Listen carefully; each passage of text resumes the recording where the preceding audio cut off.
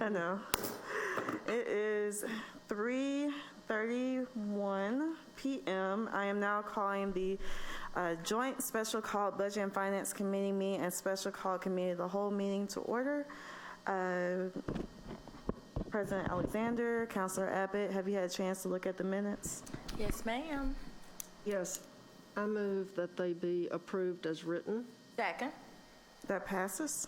Okay, thank you. Next. We have to vote. Got to vote. Okay, all in favor say aye. Aye. Okay, that passes. Next is consideration of the consent agenda. Councilor Abbott, do you have any items you'd like to place on consent? I do. I would like to place on consent item 4 and 5 on page 1, item 6 and 7 on page 2, then go to page 5, item 14, 15, 16, then on page 6, items 17, 18, 19, and 20. And on page 7, item 21, 22, and 23. And on page 8, item 24, 25, and we'll save 26 for later. Okay. President Alexander, do you have any items you'd like to place I on consent? concur with those items. Thank you. Okay. Do we have a motion? Oh, I move the consent agenda. Second. All in favor say aye. Aye. Okay, that passes. So if any of the items that you were here that are placed on consent, you are free to go. Enjoy your afternoon.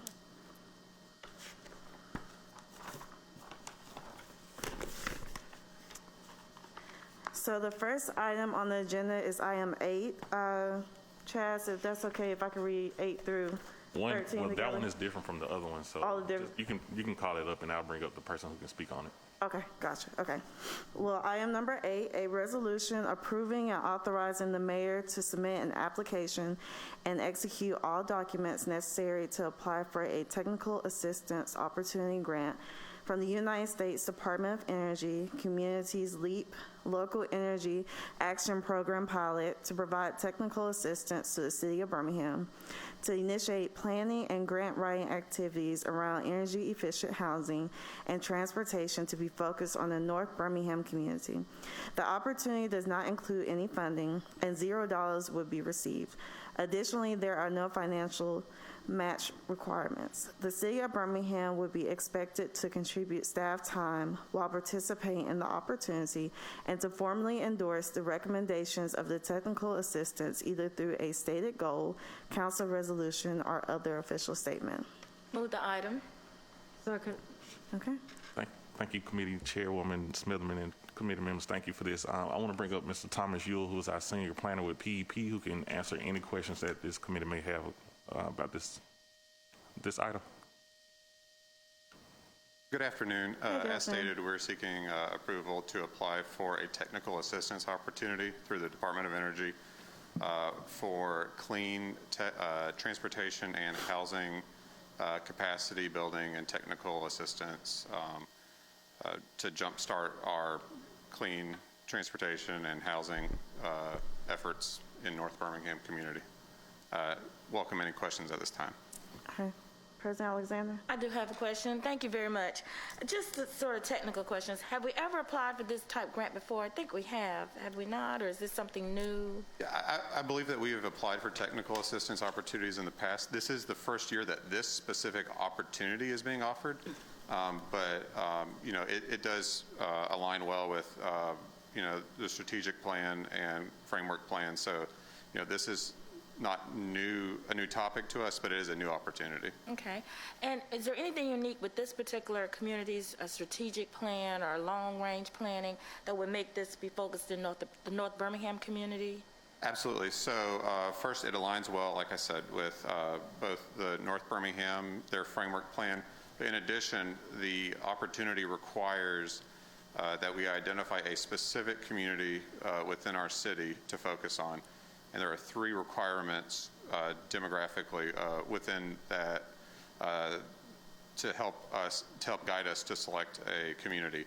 Those are levels of poverty, high energy burden, and energy burden is the percent or amount of your income that you pay towards utilities like gas and electric, and a history of environmental injustices or environmental justice, past.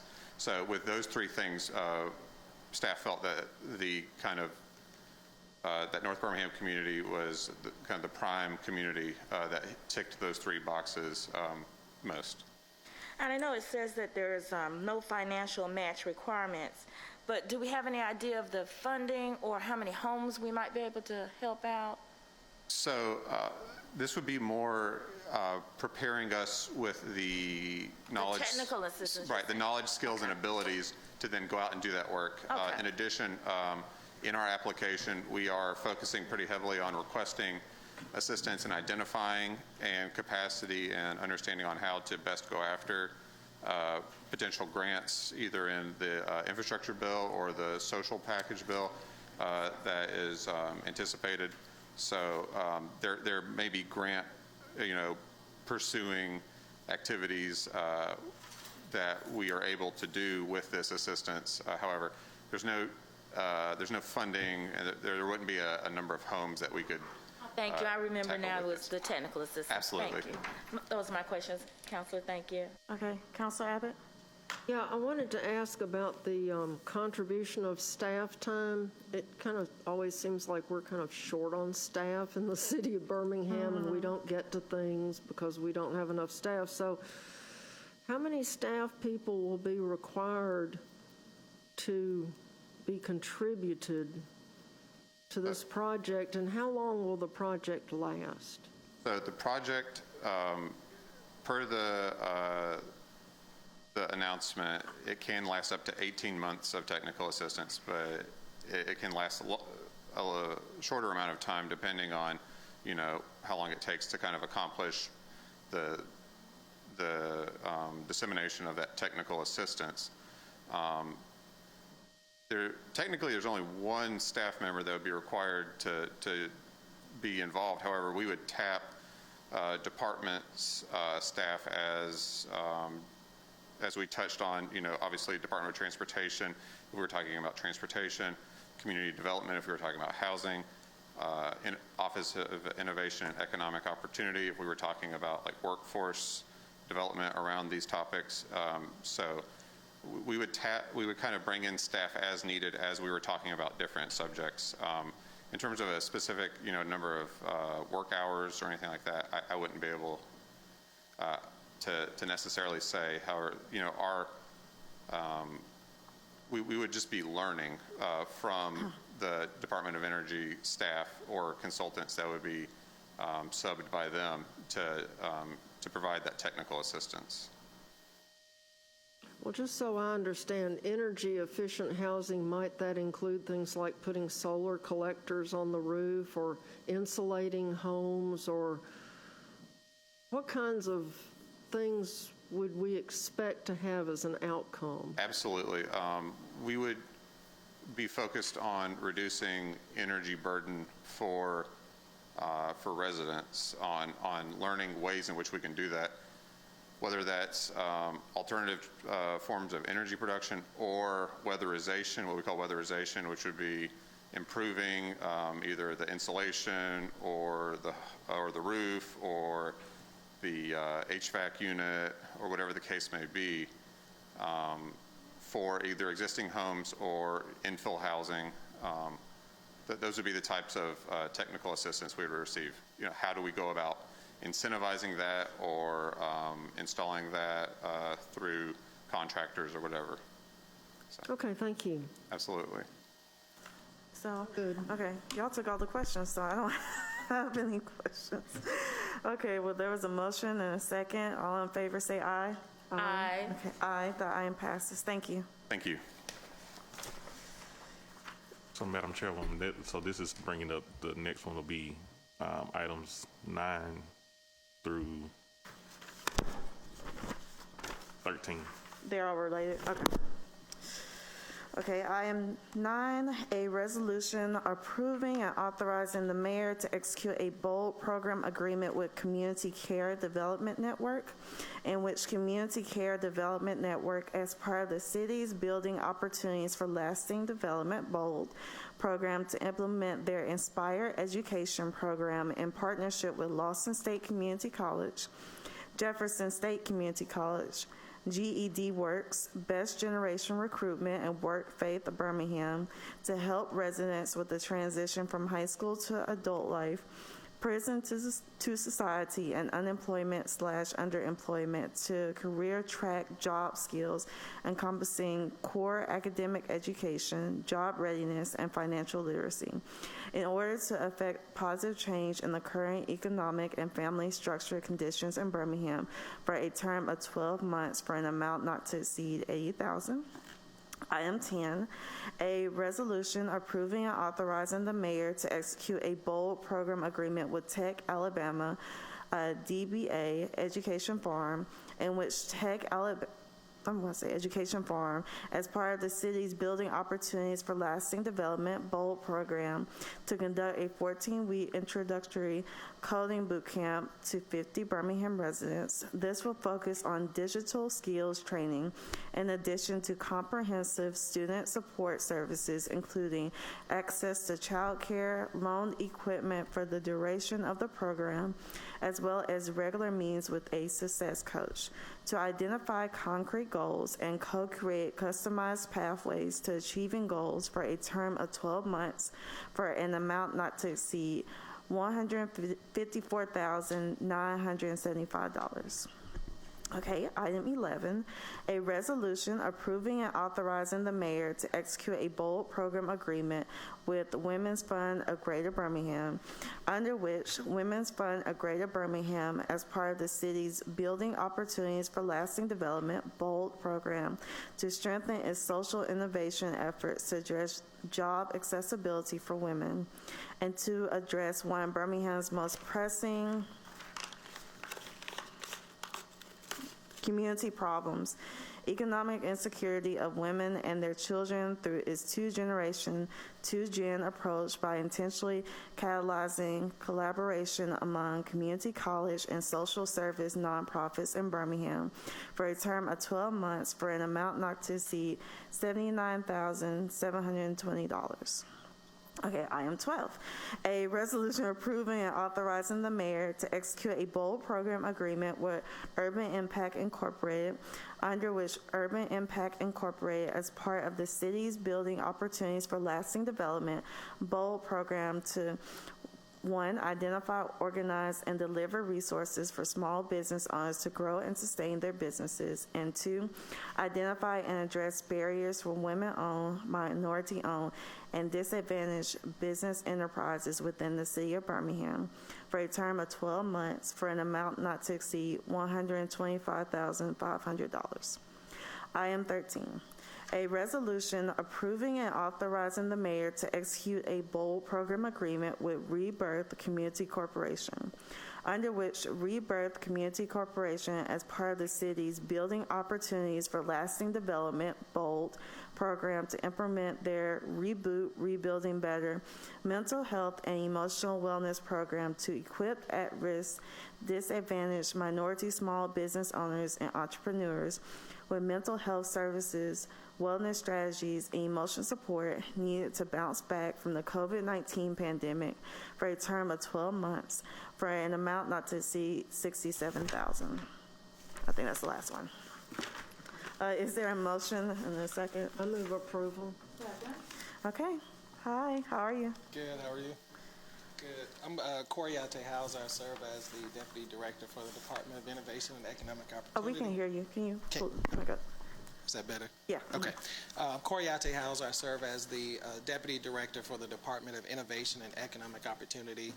Just to provide a little overview for you for BOLD. BOLD started in 2018. To really help us really be a little bit more transparent and performance-based with our outcomes as far as how we initiate and sort of transfer funds to community partners to do the work of really building an inclusive economy. A couple of key changes that we made this year. We hosted 3 Bold Series workshops. So as the RFP was going, people had opportunity to actually join those workshops, ask questions, and make sure they really understand how to respond to those. This year would be a 12-month performance period. We understood last year we had 6 months of a performance period, and the impact was pretty low. By the time they were able to start their program, get their funding, it was already ending. And so we were able to work out a plan to where they have now 12 months to do the performance period. Another update that we made this year is 50% of the funding will go to the organizations within 30 days of execution of contract, and then the other 50% will be later before June 2nd, so that we can make sure that organizations are really bought into what they're doing without 100% of the funding up front. The next part, we updated the review committee. So we had 22 members on our review committee, and so there's an exhaustive list on the back of here in the appendix, but you'll see that there's a wide variety. Ms. Kidd indulged us as well for that, and some other folk throughout the entire city, so that we can really look at the projects to make sure that we're really looking for inclusivity throughout that. This year we had one funding theme, Grow From Within, and we attached 6 economic development objectives to that. And so you'll see those listed there. I will spare you reading each one of those, but you see the 6 objectives that we go. But we wanted to make sure that people really understood that Birmingham is really trying to grow from within. And so what does that look like for all the organizations? And so they were able to attach their projects to each one of these economic development objectives. For the Bold 2022 cycle, we have 5 organizations that are up for submission for funding. We have Community Care Development Network, Ed Farm, Urban Impact, the Women's Fund, and then Rebirth Community Corporation. You'll see the award amount is a little over $500,000. The leverage investment for these organizations total a little over $1 million, and so that's the funding that they're bringing to the table. We did require that they have at least 20% leverage funding, again, so that we could recognize that they were bringing something to the table to make sure that these projects were successful. So you see there's about a 213% return on investment just from the dollars there. I'll spare you reading all of the details because you just did it there, but a couple of things to note. Each program will have a program manager from our department who will make some site visits and actually keep up with the quarterly reporting that each organization will do as well. So that's something that we started last year, and we saw it great success, and to make sure that the success rates were really intact and that we understood what was going on. So we carried that over into this year.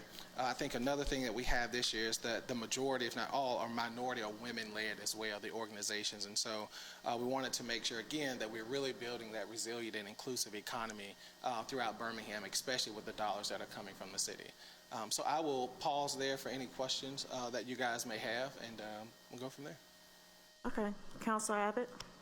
Yeah, when I saw all this Bold stuff, it kind of reminded me that I hadn't seen anything about Bold in a long time, and I wondered if it was still alive and functioning. Do y'all have any intention to report to the council the metrics and data that you're going to meticulously keep so that we know how well things are working? Absolutely. So we're actually wrapping up that last cycle, so we will be back to present those findings from last year. And then particularly for this year, we're trying to get at least 2 committee meetings with the organization so that they can present before the end of it. So you'll be able to sort of see halfway through and then towards the end as well. Good, thank you. Right. Yeah, it is. I mean, we get so busy sometimes that you forget about all the programs that are floating around out there. And if you never get a report, it's easy to forget. And nobody wants us to forget to fund them. So I think that keeping people informed is a wise choice. Yeah.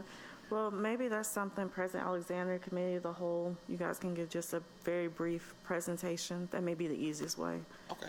Yeah. President Alexander. Thank you. That's what I was going to suggest, and ask Chief and Mr. Hauser if we could commit ourselves to that final presentation. If you could get us something, just. Yes, ma'am. I think once they conclude and get all the metrics from all the, I think that would be wise to at least let the council, since you are the approving authority, to see what the money went towards and, you know, the deliverables. So I see nothing wrong with that. Okay, thank you. So we'll plan that, and we'll know about the Absolutely. timing, if you'll let us know, and then we'll add that to our We'll definitely work COW with you. agenda.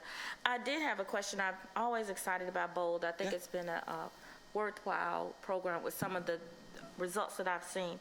Is this the first time that we've had the leveraged investment requirement, or has it always been part of BOLD? I'm sorry if you said that already. Yeah, no, it's always been a part of BOLD, but we have required a certain amount of 20% this time. What we saw in the past is that there are some times where organizations aren't bringing something to the table, and so it looks a little different for them to execute the programs. So we thought to make it really competitive and bring those organizations that are really going to drive the work in the communities is to require that 20%, and so that's what we were able to do this year, and really saw a different level of applications with that requirement. And one other thing, and I apologize if you said this as well, what is the reporting period, or when you said when you'll go back to each organization and get some type of report, how often is that going to occur? Yeah, so at least once a quarter on the Okay. 15th of each, the first of each quarter, and then we will have our program managers who actually do site visits and sort of check in with them as they come up. All right, thank you very much. Those are my questions, Madam Okay, Chair. thank you. I guess my biggest question is, how will these organizations market their services? Are we going to help them? Because we have all these great programs. I think sometimes just from both sides, we don't get that information out to people. So is there like a marketing plan for this? Yeah. So we, IEO actually started a social media page. We did not have one before last year, and so a lot of the social media pushes will go out there. So we'll tag a lot of the organizations. Usually the city of Birmingham will pick that up and actually publish it as well. And then we're also working with each individual organization to make sure that we're really driving this into the community. So it may be churches or, you know, wherever that sort of targeted population is, we're going to actually help, or the program managers, I say, will help them make sure that they get that goal. Okay. President Alexandra, I think this is something I would like us to help as well. If PIO for the mayor's office can give ours so we can help spread that information as well, just because we're a little bit closer to touching the constituents. I think that's a good suggestion. I would agree, and that would be twofold, just the BOLD program and what we Yeah. do with CDBG, especially when we have to put that out. We, of course, we will allow Yeah. the council to have input and reach out to your network to make sure that we're touching everybody. Okay. Thank you. That is a great suggestion, Madam Chair, because just to go a little further, I know that the communication team, Ms. Temple, always sends some type of, it's almost like a newsletter or something that She can use. and I tend to share that with the neighborhood presidents or regurgitate that on my page. So, and we know everybody doesn't have the internet, but it does give a great, or social media Yeah. presence. So this may be a great opportunity as well. Yes. Thank you. I've seen your page. It's very, I like it. And then my last two questions really are, how much money is going to the actual program and how much money is going to administration for each organization, if you know that? Let me get back to you on the exact numbers, Okay. but I will say on that, we did look at that detailed budget Okay. narrative to Yeah. figure that out. And so some of these scopes of work were reduced because a lot of it was going to staff, and we were just like, we don't need to do that. We need programming. And so, Yeah. for example, somebody may have asked for 150,000, but if 75 was for staffing, we would have reduced that to say, can you do the scope of work for a lesser amount and get it out to the Yes. actual participants? Okay, that's great. I learned that from Counselor Abbott, asking that question. Then you say it was Joel Montgomery that used to always ask that question. So I'm really happy to hear that. So do you guys have any more questions? Yes, ma'am. Yes, ma'am. I want to say too, that I was a part of the pre-vetting of the applicants.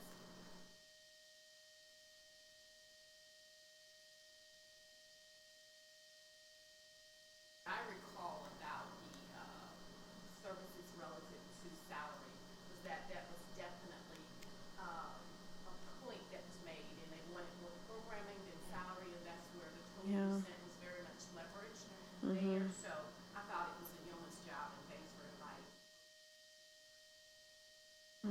there.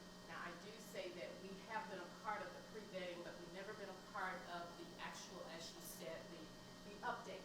So Yeah. once we push it out there, we don't see Yeah. what comes back. So I think